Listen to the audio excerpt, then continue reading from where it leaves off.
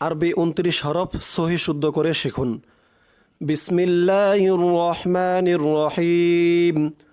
আলিফ, বা, তা, সা, জিম, হা, খ, দাল, যাল, র, জা, সিন, শিন, صاد ضاد طاء ظاء عين غين فاء قاف كاف لام ميم نون واو হা হামজা ইয়া।